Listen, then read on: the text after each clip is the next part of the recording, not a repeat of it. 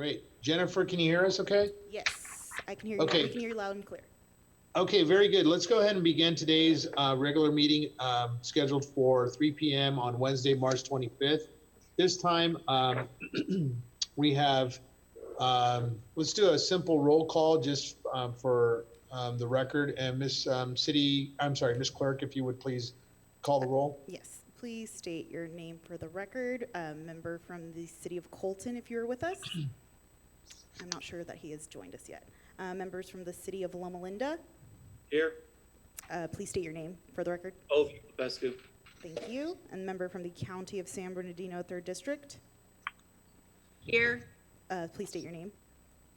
Sorry, John Rao. Thank you. Members from the city of Highland, please state your name. Penny Lilburn. Thank you. And then members from the city of San Bernardino, please state your name. John Valdivia. Theodore Sanchez. Okay, thank you very much. We have a quorum. Okay, very good. And then is there any public comment, Ms. Clerk, on closed session? There are no public comments. We gave the public the opportunity to submit public comments up until 1 p.m. today. I received none via email. Please also note that in accordance with the new requirements for social distancing, the auditorium has been set so that seating is 6 feet apart, so that the public and staff sitting within the auditorium are 6 feet apart. Okay, very good. At this time, we'll then go ahead and leave the meeting, and then if members would please use the dedicated call-in line, and we'll adjourn into closed session and come back out upon conclusion for our public meeting. Thank you. Jennifer, do you know where our attorney and Mike are? Yes, they're here. They're just. Do you guys how see? come I'm not Are you guys able to hearing see them? us? No. And then staff, if you would like to just make yourselves present for the record. Yes. Jennifer Ferris, clerk of the board. Scott Huber, District Agency Counsel. Mark Gibbs, Director of Aviation. Mike Burrows, Executive Director.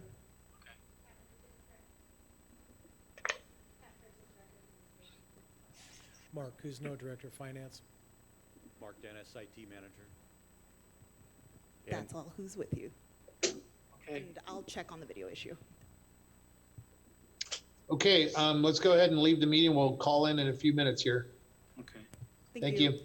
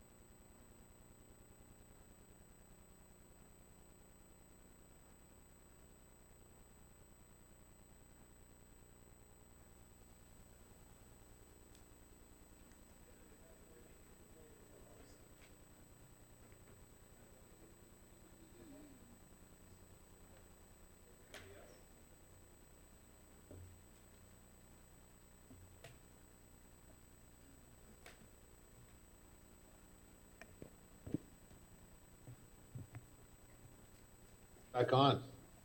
We're just waiting for Frank. Did everybody join yet? Almost. So, Penny. I don't see Penny on here unless I'm missing it. No, Right. Penny's. Do we she's have there. everybody that returning? Is everybody back in with us? With the exception of Mayor Navarro. Oh, okay. We can wait for him. We'll wait a few seconds here.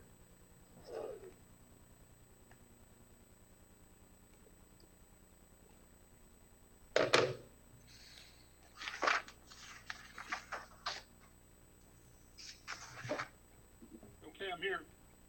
Mayor Navarro, is Excellent. that you? I'm here. Okay, great. Can you hear us? Okay. I can hear you.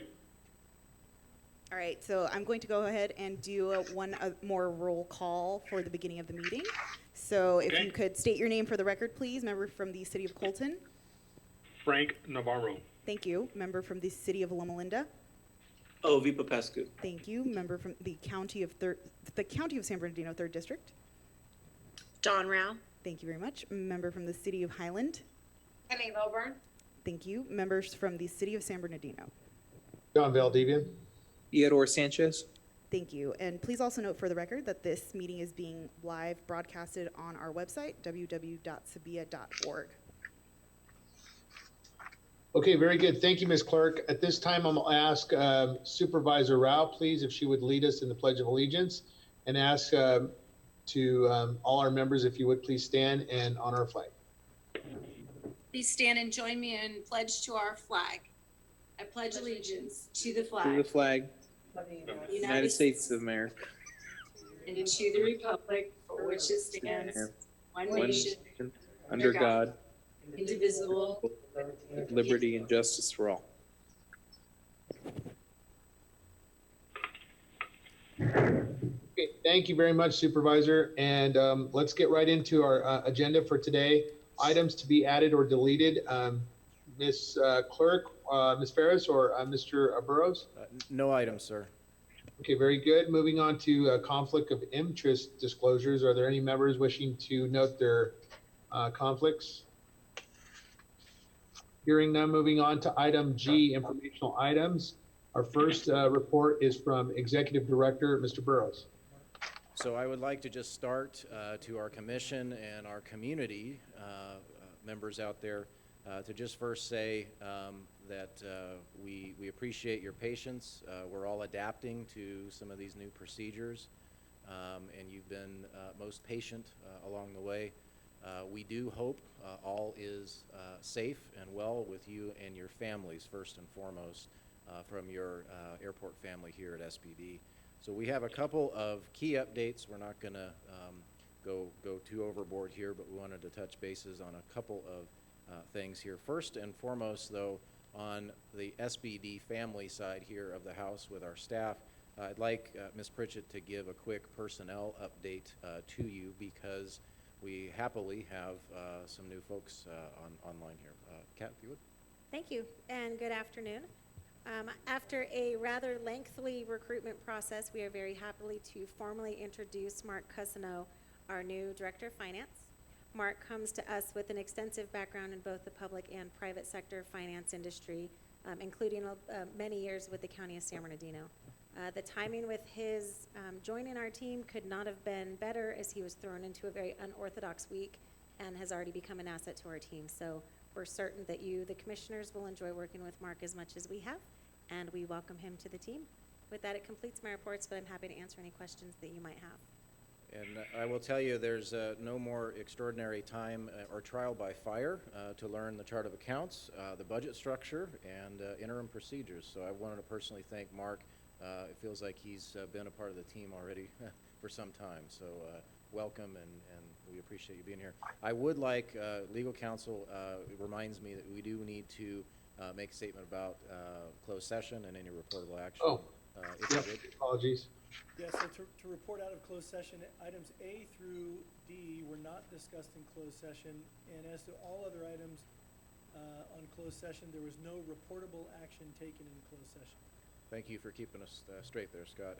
Lastly, on our informational reports, I would like Mr. Gibbs to give you the latest on our airport layout plan update.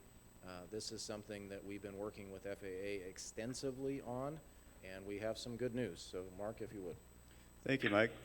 Yeah, I'm pleased to report that the FAA on February 27th of 2020 signed our updated airport layout plan. And it's an important document to the airport as it is to airports around the country.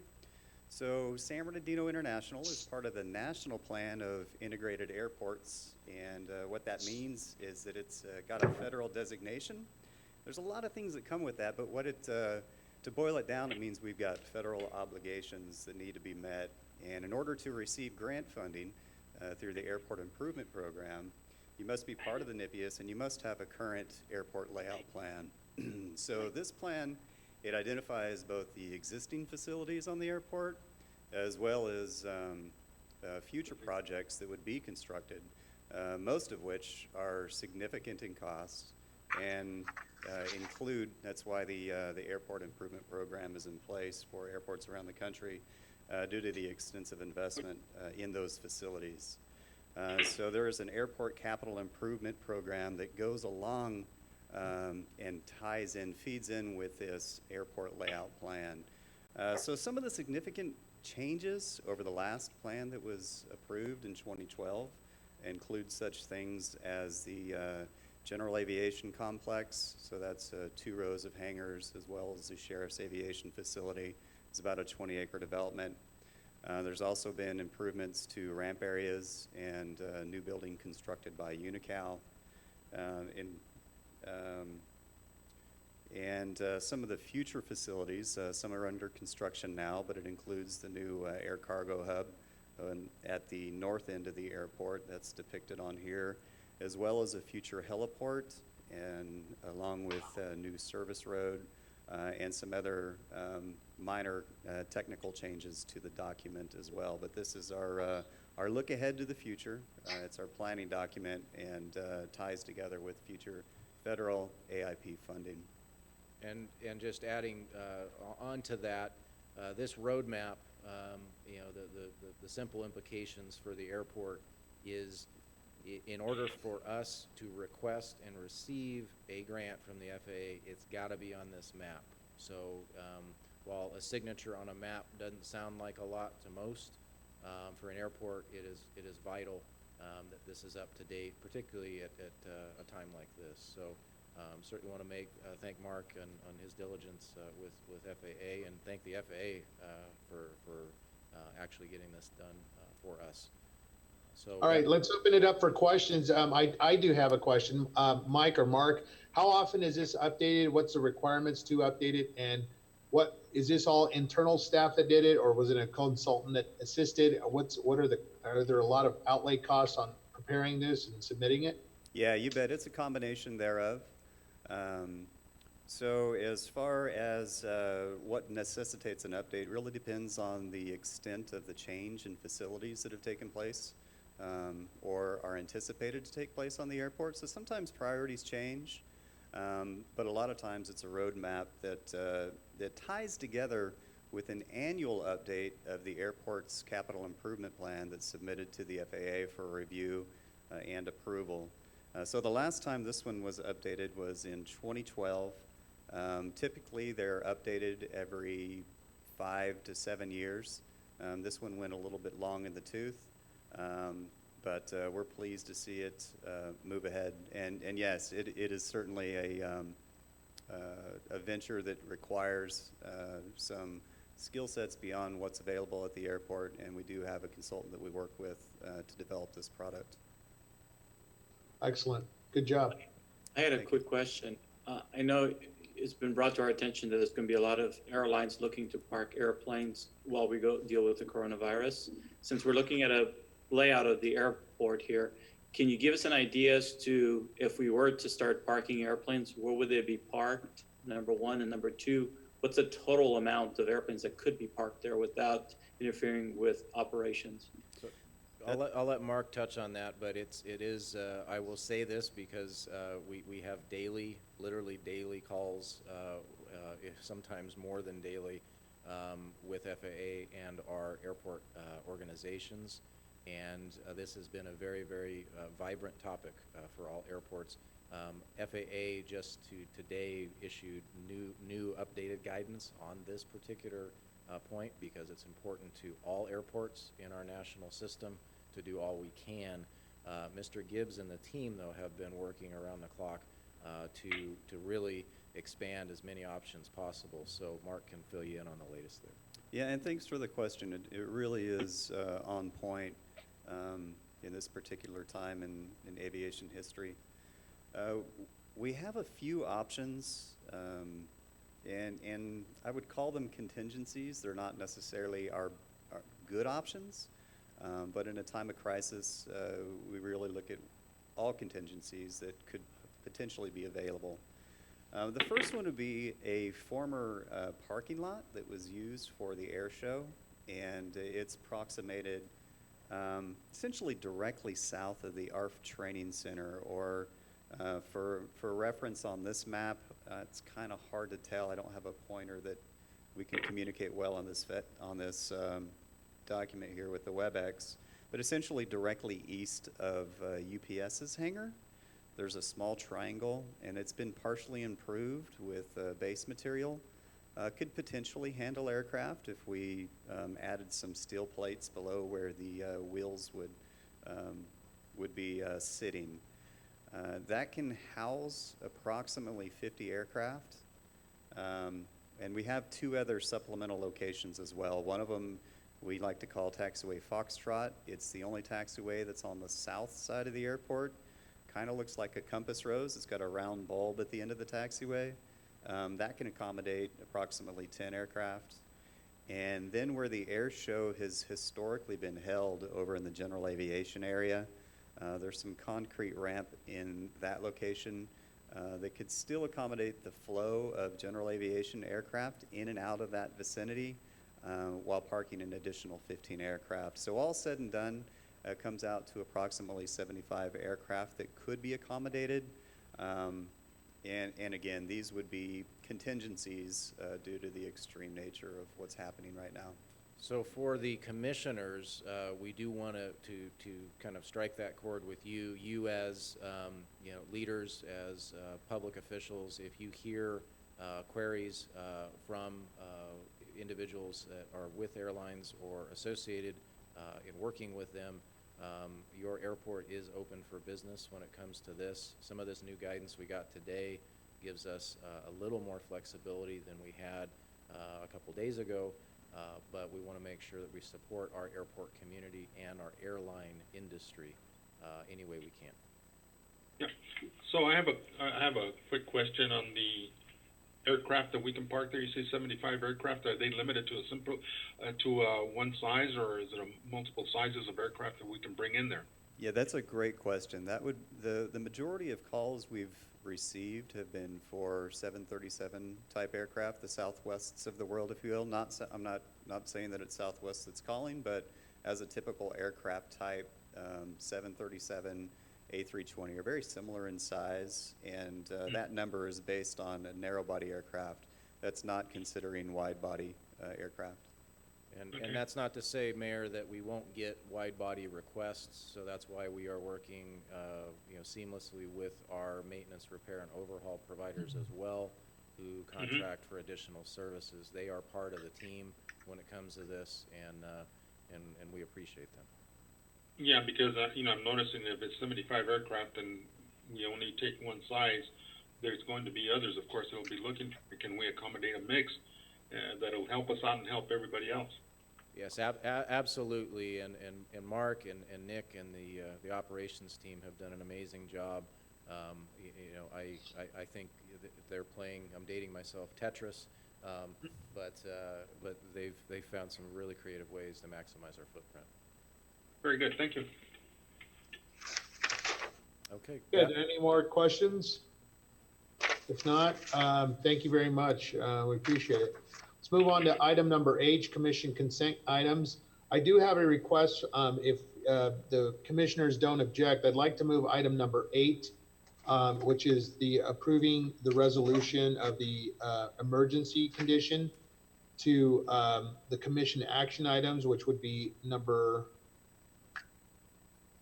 13. So 8 and 13, if we could bundle those items and discuss it separately. So are there any other items that commission members have would like to opine on consent items? I have a question on number 6. Yep, go ahead. Can you give us an update on how that's going with Zenata Global and the Air Rescue and Firefighting Training Center? Yes, Mike? Kim Benson is a principal with the firm, and she has been working very, very closely with our San Bernardino County Fire team, as well as the San Bernardino Regional Emergency Training Center, working on updating business plans and trying to maximize the types of clientele and customers that we can source through really what is a crown jewel for us, the only training center of its type in the western United States. And I will respond to that question pre-virus because we had quite a subscription in queue after a renewed marketing effort that we worked very closely with the center and Ms. Benson on. But the interest remains very, very strong. And we're talking domestically and internationally. She's also interfacing closely with Salt Lake City and their fire team. I've had good meetings with those folks, and they are trying to feed as much business into San Bernardino. So this is just a extension through the end of fiscal to allow her to continue to do that follow-up work so that your main admin team here can focus on other priorities at this point. Thank you. Okay, with that exception noted on number 8, is there a motion for approval on consent items? I have a question 7, Mr. President. Oh, yeah. I'm sorry. Go ahead, Mayor Navarro. Yes, thank you. Mike, on item 7, it's an amendment to the agreement with Avitrex, the Avitrex company for their outreach and stuff. Yes, sir. The staff report talks to an amendment to the contract, but in the agreement itself, it talks in section 2 of agreements, paragraph 1, total amount, and it's probably a semantics thing, okay, but for clarity, I'm bringing it up. The total amount not to exceed for the contract extension with a consultant, that tells me that we're extending the contract over time. Shouldn't it read the contract amendment with a consultant? Yes, you are correct, sir. That is a typo. We'll make that change prior to execution, pending your review and approval. Thank you. And on that note, just to follow up, can you give us an idea as to what exactly they're doing for us to deal with community outreach initiatives? Yeah, I'll touch on it, and Mr. Gibbs has been primarily running point with this particular agreement, but our airport, even in these current times, is in a completely different place than where we were just a few years ago. And being a responsible airport to our community and our customers, we started an effort earlier this past year to try to get ahead of the future as best we can and make sure that we're updating our informational and response tools when it comes to airport noise. And with that, I'll have Mark go through a few more specifics. Mark? Yeah, thank you, Mike. Community outreach when it comes to aircraft noise is it's a really important foundation to lay. These are issues that surround large airports around the country and have for many years and decades. And best practices in those type of situations is to have a transparent program that reaches out consistently with both technical data as well as a continual dialogue so that the public remains informed as to what's happening, why it's happening, how it's happening, and to really develop a consistent message along those lines. So think of the Fly Quiet programs of the world that are common to other airports around the country. There's a lot of dedicated efforts and resources that are used to roll out such programs, and that's the type of program that this will evolve into. And so we're starting those foundational efforts. All right, thank you. So I will be needing a roll call vote for the items 3, 4, 5, 6, and 9. Please repeat who made the motion. Is there a motion for that? I'll move it. Okay, so who's So that? that was motioned by Mayor Navarro. I'll second. All right, and let me go ahead and take a full roll call. Mayor Navarro, Yes.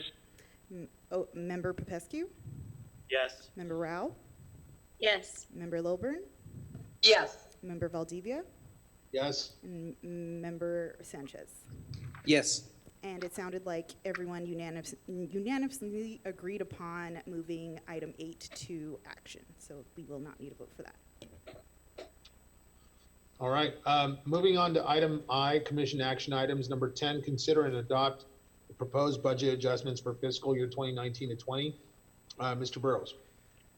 So with the ever-changing environment before all of us, we wanted to stay as up-to-date as we can here. So what we have requested is a couple of additional expense items and an adjustment to some existing accounts. So under item A, under the general fund, we would like to, for the purposes of Ms. Pritchett and her team in coordination with our finance group, have a COVID-19 line item so we can track any additional staffing expenses and accruals that we need to account for and designate. Item B under the general fund is part of what you're experiencing today. We needed to move quickly to provide additional technology to support the live stream and these new services, so we'd like a small adjustment there to ensure that we've got proper bandwidth for all of you and the public.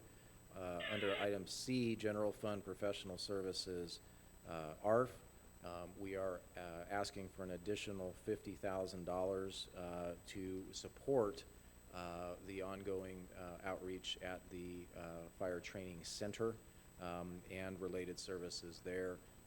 Some of the IVDA members heard most recently about some UAS testing activities that are on the horizon for us, which brings a whole new technological capability, and in times like these, being able to have some physical improvements on site to support those operations, particularly in an emergency situation, we think would be most prudent. And then the following item should be D. There's a typo. Under the FBO, we're asking for a $15,000 adjustment to add a line item to track expenses, COVID expenses for staffing related to the FBO operation. And then what would be item E, we do with the additional activity throughout the year, do foresee some additional funds for fuel and lubricants to support continued service at that operation. With that, I'd ask Mr. Cousino if there's any other statements or clarifications he'd like to make in that regard. Otherwise, we're here to answer your question. No clarifications. Okay, board members, any questions? Okay, is there a motion for approval? And please state your name as well.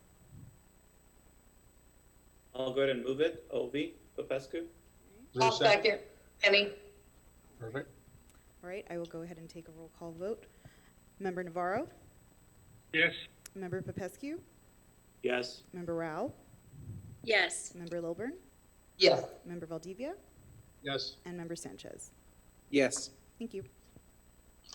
Okay, moving on to item number 11, approve a 5-year contract with Utility Telecom LLC to provide telephone data Ethernet services in amount not to exceed $255,000 over the contract term.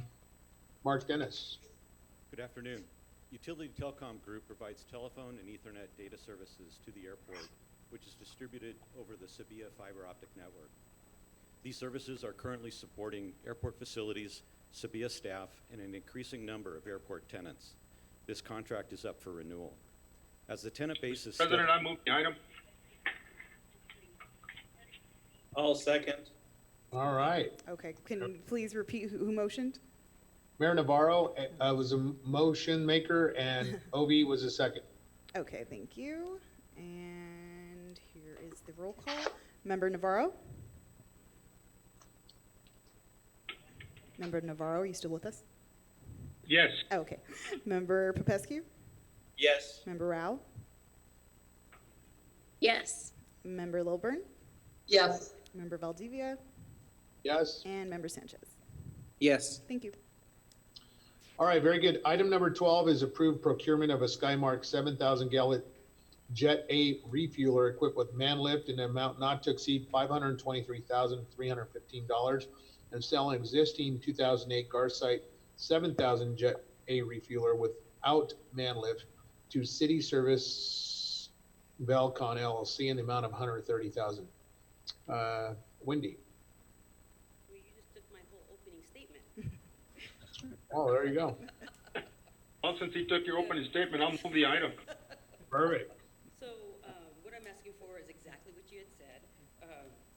Wendy, they moved to approve. Okay. What, I didn't say anything again? Your staff worry about it, I'll report ask you speaks for questions. itself. Yeah. All right, who motioned the item? Mayor Navarro. Navarro, and For a second? Dawn Rao, County of San Bernardino will second. Thank you very much. All right, and here is the roll call. Member Navarro? Hold Yes. on. Member, I had a question, I'm sorry. Okay, just to follow up on that. So can you hear? it looks like we're selling one refueler and purchasing another with a difference of about $390-some thousand. Was that in our budget that we were going to plan on doing that this year? So that's a great question. So the initial deposit is available in this year's budget, and so that will be essentially the down payment, and the rest of the funding will be in future fiscal years because it's a lease, 84-month lease, so it'll be programmed over the next 7 years. Okay, very good. Thank you. Thank you. Okay, I have a motion from Mayor Navarro and a second from Supervisor Rao. I will now be taking the vote. Member Navarro? Yes. Member Popescu? Yes. Member Rao? Yes. Member Lilburn? Yes. Member Valdivia? Yes. And Member Sanchez? Yes. Thank you. Okay, let's go ahead and hear also item number 8 that we pulled. Item number 8 was a consent calendar approving resolution 2020-01 of the San Bernardino International Airport Authority proclaiming the existence of an emergency condition due to impacts from COVID-19. Mr. Burrows? Yes, thank you, Mr. President. Before you here is a very appropriate action given the times that we face. Many of our JPA member jurisdictions have taken similar actions at your airport. It's slightly different, and that's why on last week, at the end of the week, I instituted interim emergency protocols here with support of the SBD team to ensure that we were following proper regulatory guidance from the FAA and our response agencies. The need for this declaration is imminent. It is recommended by our airport community and the FAA. And as of you will hear in the presentation on the COVID update, our federal government is right now acting on very, very critical federal relief for our nation, in some ways our world, and that also includes airports. So we must have your support to implement this resolution in order to be eligible for particularly the airport relief funds. Much of what you all have seen through the prior actions and executive orders related to staffing and personnel, this pending action would just further advance those efforts. And I do want to say that Ms. Pritchett and her team have been right up to speed every step of the way to ensure that not only with these interim emergency procedures we've implemented, but that we have, like with you, found appropriate new ways to keep in contact with our SBD family, both home and here on the ground. So there's a lot going on. It's quickly moving, but we just seek your support in supporting this declaration so that we can do our part for the aviation community. Happy to answer any questions. I move to approve. I'll second it. That was Member Sanchez and Member Valdivia. Yes. That's right. Thank you very much. And I will now call roll. All right. All those in favor, Member Navarro, Yes. Member Popescu, Yes. Member Rao, Yes. Member Lilburn, Yes. Member Valdivia, Yes. and Member Sanchez. Yes. Thank you. Okay, very good. Item number 13, consider and discuss an update on COVID-19. This came at request. I think it's very important that we, sensing the need to really be prepared on an action plan for our airport, I request that this item be placed on the agenda. I think obviously this was about maybe 4 to 5 weeks ago, and I'm glad that we're now hearing about it. So with that, Mr. Burrows. Yes, thank you, Mayor. What we did, of course, as we're all trying to, keep up with the latest, and I'm pleased to say I think we've this community, this region has done a good job of that thus far. But when we posted our agenda, it was literally not just on the eve, but almost the hour as we were prepared and had to translate our governor's most recent executive order and guidance on a public meeting itself. We thought it best to provide in the agenda packet, the most current and reliable public resource information and links to updated information as it goes, knowing that as of today's meeting, we would have continued interaction throughout the day and the evening with our airport agencies and the FAA. So what we added for you here today is a slight update to that of as of right before this meeting, what the current status related to your airport is. So I'd like to go to the second slide, and we'll be providing this updated information upon conclusion of this afternoon's meeting. But first and foremost, what is going on at your airport here at SBD? Obviously, like everybody, we have had to adapt to prudent social distancing practices, as well as obviously the sanitary protocols that we're all encountering. But what's different about an airport is SBD is a FAA certificated public use airport and an essential facility. Therefore, SBD International Airport must stay open. So we, of course, have to do that the right way, the appropriate and legal way, and that's why FAA, as our partner, has been with us and all of our airports throughout the nation throughout this ongoing journey, as well as very, very important national and state aviation associations and our airport groups. So our colleagues at commercial airports up and down the state and across the nation and the world weigh into this literally on not just a daily, but many times multiple, daily interactions on everything from best practices to ways to try to stay ahead of a very, very vibrant and volatile industry right now. So we have quickly, as of last week with the interim emergency protocols that I instituted, and now with your support on this recent declaration, we have ensured that your airport remains open, that services are available and remain available, while also minimizing impacts to our customers and employees. So I'm happy to report we found our way thus far through this, and it's obviously ongoing. The second point is those interim emergency protocols that I had to institute with the team here did necessitate closing the Norton Regional Event Center, our airport maintenance building, and our domestic terminal for the time being to public access. Again, services are still available by appointment and, of course, electronically. And we've updated our sbdairport.com and luxavairsbd.com websites to ensure that that message is also digitally available. However, the FBO, the Executive Terminal, the Airport Operations Office and Command Center, maintenance, airport maintenance, and security remain staffed as appropriate. And that's really the guidance across the industry, is to keep your airport safe, keep it open. You need to ensure that you're keeping up with demand and staffing for it. And I'm really pleased with our team. They've adapted almost instantly, and that's a very positive thing. Third key point is that critical infrastructure projects continue. And I'm talking construction here.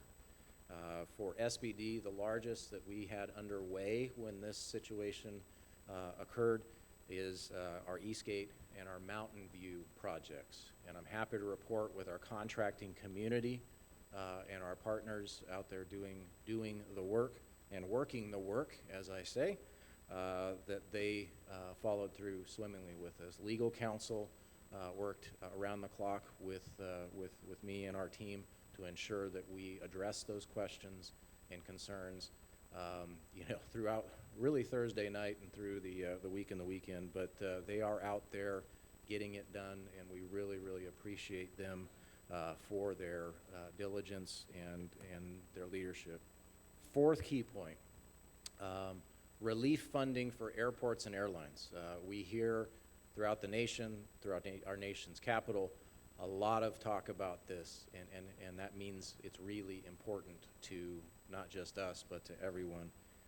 As of this morning and going into this afternoon, we have completed, we think, with the support of our fellow airports, our airport trade associations, the FAA, and our leaders in Washington, an immense advocacy effort specifically for federal relief for airlines and airports. And the Senate is right now under consideration with a $340 billion funding package for a variety of things. Within that is a $10 billion allocation for relief to airports. That is, I will say this, as we've said around the clock and throughout the night and for quite a while now, that is vital to our industry. And I'm really, really thankful for our leadership, for the leadership of our commission, and your support staff and your communities. This is a big, big deal. In addition, that package includes additional funding for airlines and airport contractors. So it's a big deal. We, as of last check-in, anticipate that the House is going to be working on trying to pick this up as early as tomorrow. That is a fluid process as well, but there's a lot of people working on this, and we really appreciate everybody's focus and attention. It really means a lot to not just airports, but everybody we do business with. Finally, throughout this, and crisis brings a lot of things. Communication is certainly one of them, but we are so fortunate to have a great network of response agencies, emergency response partners. And you've heard year after year, those that have been with the commission for some time, and most recently our current commission that has come on board, emergency exercises, things like this. Airports, along with our extended response teams out there, we are required, we are compelled, we're trained to train I don't think anybody trained specifically or something with the gravity that we're facing presently, but that keeps us always in close communication to support our teams out there that support us. And I'm so happy to report that one of our longstanding partners, the San Bernardino County Fire Protection District, we checked in with them, and they certainly support us every single day here at the airport. We were able to help them with some facilities in their emergency operations center this week. Thankfully, our friend and partner, Chief Muncie, is here to also give you an additional update as to the latest from him and his integrated team throughout our county and our region. Chief Muncie, if you would. Thank you, Mr. Burrows. These are interesting times. Dogs and cats are living together, and donkeys and elephants are working together. I grew up in Riverside in the shadow of March Air Force Base in Norton, and interestingly, I was one of the last of the few newspaper boys, a profession that taught us a good work ethic when you're 11 years old. And I remember reading the paper one day when I was folding it that Norton Air Force Base was closing. And suddenly I didn't feel safe. Today we live in a world of chaos, and I make a living out of that. If you had chaos in your life, please call me. I'll help you out. And I can't be any more comforted than to have this great airport here. After Norton Air Force Base closed, the economic effects in this region, I don't know that we ever recover. But I do know that as we start recovering, it's going to be by the economic driver of this airport. And I do know that in times of crisis and about recovery, that this airport, the logistical abilities, is what keeps our community safe. Last Friday, near the end of the day, we needed a facility for our incident management team. Our incident management team was organized for county fire, for our jurisdiction, to ensure that our personnel provided a safe service to our citizens. We expanded our incident management team to include all the fire agencies in San Bernardino and some non-traditional partners, the private ambulance company and our LEMSA, our ISMA, together. We were in a facility, we were at our headquarters, and social distancing was a thing that we could not do. We were packed in. I called Mr. Burrows and I asked if the airport had a facility that we could use as a team to make sure that we were able to expand to meet the region's needs and to be able to allow our firefighters to have a safe distance from each other. Because let me tell you, this is real. This COVID-19, you hear people talk, oh, I think I had that last November. Nobody tell Trump, who's now calling this the China virus, because if we had it back in November, that puts us in front of China. It would be the American virus again. I don't think that'll work well for politics. The fact is that we probably didn't have this in November. That your neighbors are likely to have some sort of coronavirus. Now, there's different iterations of the coronavirus, and we're on the fourth phase right now, which tends to not be as worst as the first iteration that was killing people, thank God. But just take a second and look at what's happening in New Jersey and New York. This stay-at-home order is designed to keep our populace safe. Without this, we would very quickly look like New York City or even Italy. It's important that we wash our hands. It's important that we stay away from sick people, that if you're sick, you do not come to work. It's important that we keep our social distancing. These things aren't a joke. It's just as important for the people at home as it is for those that have to go to work, which are our firefighters.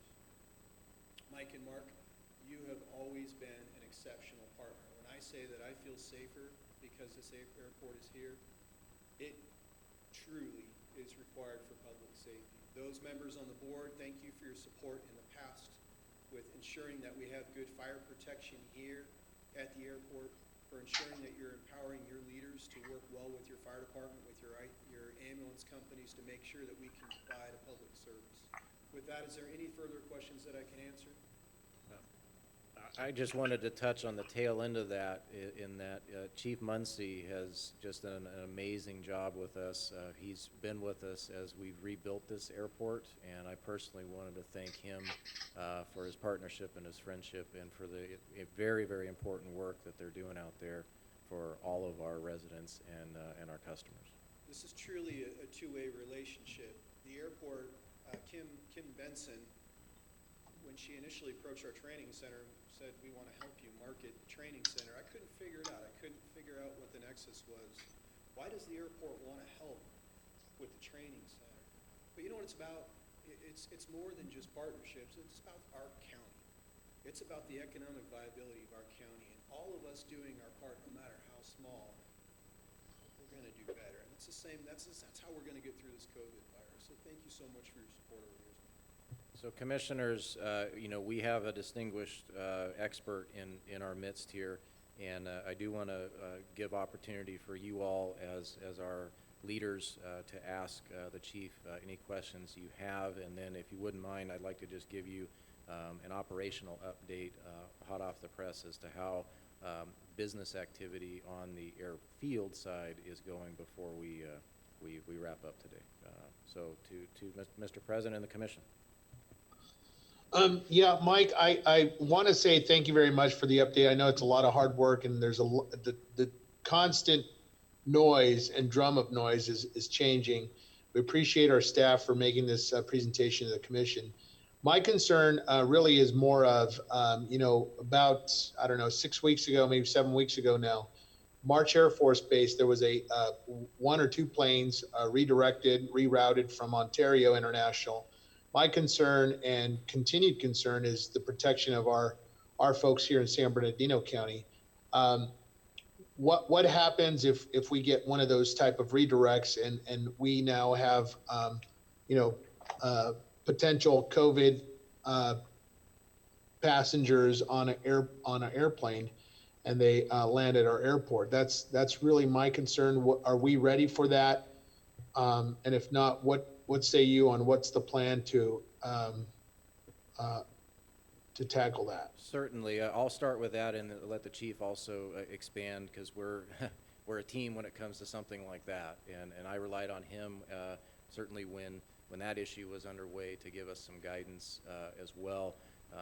In our airport emergency plan, you know, all of the agencies that will be involved in such an event are already part of that process, and that's by design.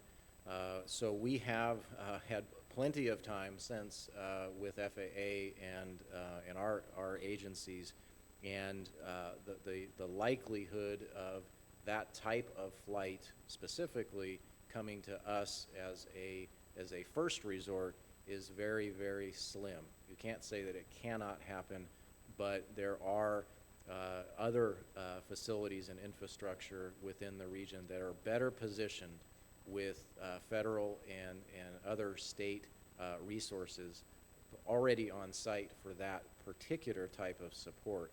Where we are presently, as of this morning, more likely to see COVID support on the aviation side is because of our cargo activity and our ability to handle very effectively and efficiently, you know, air cargo. So supplies, medical supplies particularly, could be coming in and out of our facility in support of our regional and federal and state operators out there. That is from your SBD team probably the most likely thing to be on the horizon. But Chief Muncie, what are you hearing out there? So I think actually if a repatriation exercise occurred, and I think there's a very low chance of that occurring at this point, it's probably much safer than being at home and walking across the street and talking to your neighbor. The fact is that COVID-19 is in our communities. We have 38 known cases that have been announced in San Bernardino. We've had 1 death. Trust me, those numbers are much higher. They're only limited by the amount of testing that's going on. If there was a repatriation or some sort of aircraft that came in into quarantine, they would be greeted by healthcare workers that have the proper PPEs on, that include the mask, the gloves, the gown, and the goggles. They're wearing those PPEs so they're not taking COVID-19 back to their families. Those individuals we placed into a quarantine area for 14 days where they can be medically monitored to ensure that we're not spreading COVID any more than it already is into our society. But I think those days are past us by about 3 months. COVID is here. It's in our society. I don't think it's going to have the devastating effects that we've seen in other countries. Again, it's had several different iterations. And the COVID that we're seeing now tends to be more like a general severe cold. But it still is it is affecting our older individuals or individuals that have underlying medical problems, so we have to be very careful with it. But I don't think a flight is going to be the problem. I think it's people that are ignoring the stay-at-home orders or not maintaining that social distancing or following basic habits like washing your hands. Okay, very good. Commission members, any questions? Yeah, I have an announcement, kind of on this COVID. I just wanted to kind of let the commission know that San Manuel is closed down, and so what they're doing is they're helping. The senior center has been doing a to-go food line for seniors, so they drive through, pick up a lunch. And so I just wanted to share that with you guys if you want to get the word out to the seniors so they don't have to get out of their cars and they stay clear and go back home, that they can just drive through and they're going to be provided a hot lunch each day from now, at least until April 11th. What are the times of distribution, Penny? 11:30 to 12:30. 11:30 to 12:30, and it's at the Highland Senior Center. Do you have an address on that? I do. It's 3102 East Highland Avenue. It's right inside the gates of Patton State Hospital. And then we'll have East Valley Water District on hand to do traffic control. The meals are free. They don't have to get out of their car. All they have to do is drive through and they'll get hand a meal. Perfect. Excellent. Thank you for your leadership there, and then thank you to San Manuel. That's great. That's good news. All right. Any other commission members, comments, questions? I just want to ask everybody to, if you have the ability to do it, and I know most of us do, keep it out there in the forefront about people going to the stores and overbuying, hoarding the product. We have a very strong food supply system here in this country. There's enough food for everybody, and we need to get back to normal shopping. If you guys go to the California Grocers Association website, they have some announcements there that you can download, put on your Facebook page, put on your community web page, or any other public announcement venue that you may have, so that we can get people to stop taking all this hoarded food and essential items that they're leaving people that really need it without. Thank you. Very good. Thank you. It's a good word. All right. If there's no other comments, thank you, staff, for that. And does that conclude your presentation, or did you have more, Mike? I did, Mayor, just want to touch on. Go ahead. Go ahead. Operationally, I think it's important that we convey kind of a state of the airport out there.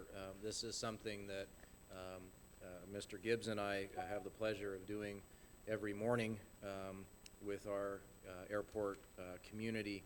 And we share the good, the bad, and the ugly. I mean, that's how you get through times like these, and things get better.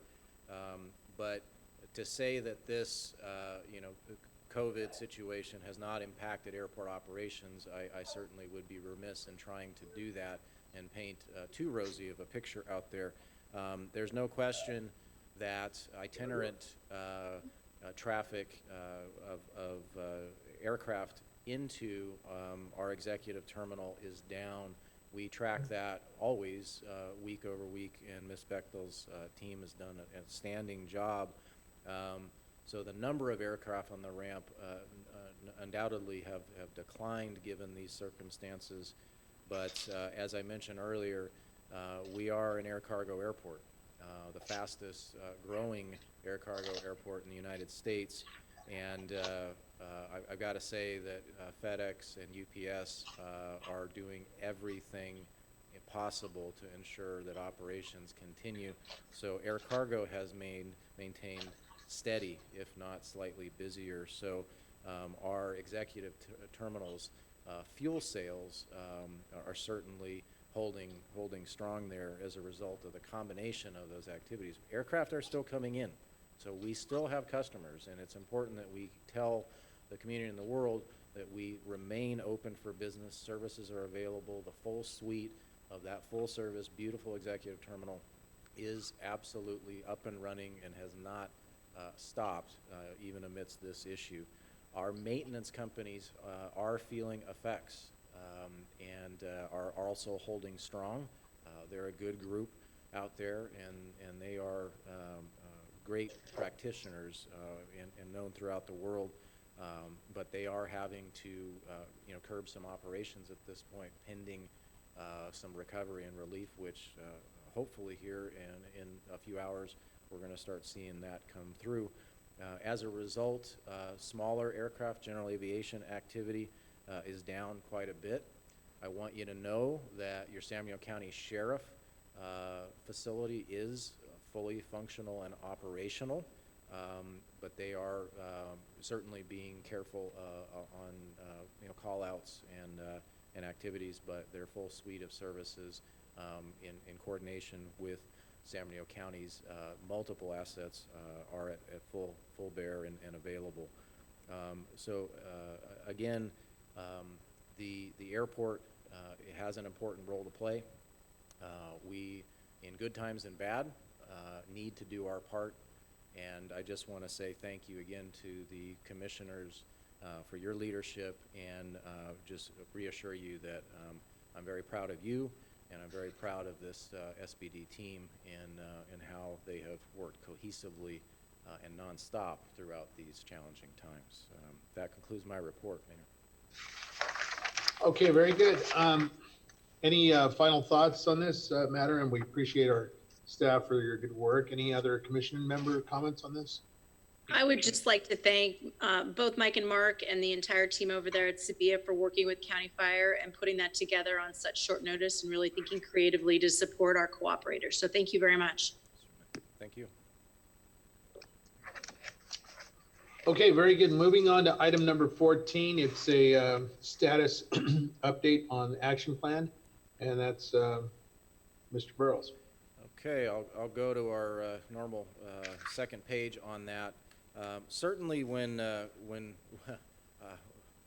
updated this with the team a few months back, I didn't anticipate this being the legislative update that we just gave to you today, but I'm again very, very thankful and pleased that our leaders, yourselves and your colleagues up and down the state and in Washington are doing all that's possible to get vital funding to our nation and our region.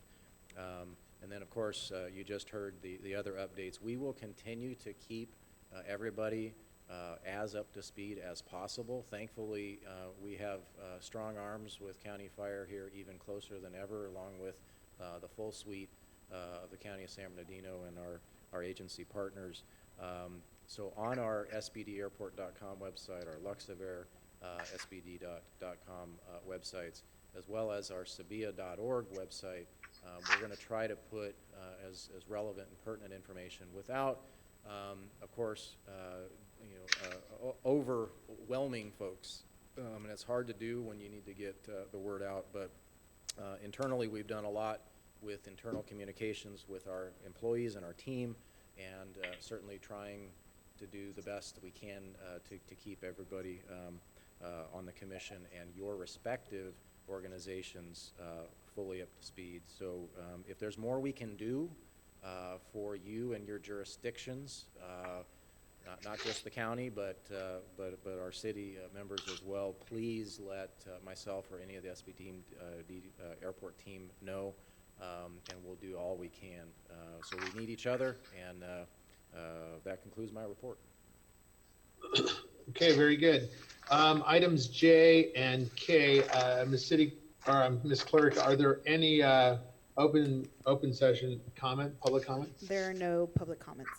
All right, let's open it up to commission members. If commission members have any comments. Take care, everybody. Thank you. All right, this meeting's adjourned. We appreciate you. Commission members, stay safe, stay healthy, and your families. God bless all of you guys, and thank you, staff. We will reconvene the meeting on Wednesday, April 22nd, 2020. Thank you. Thanks, everyone. Thank you. Bye-bye. Bye. Thank you.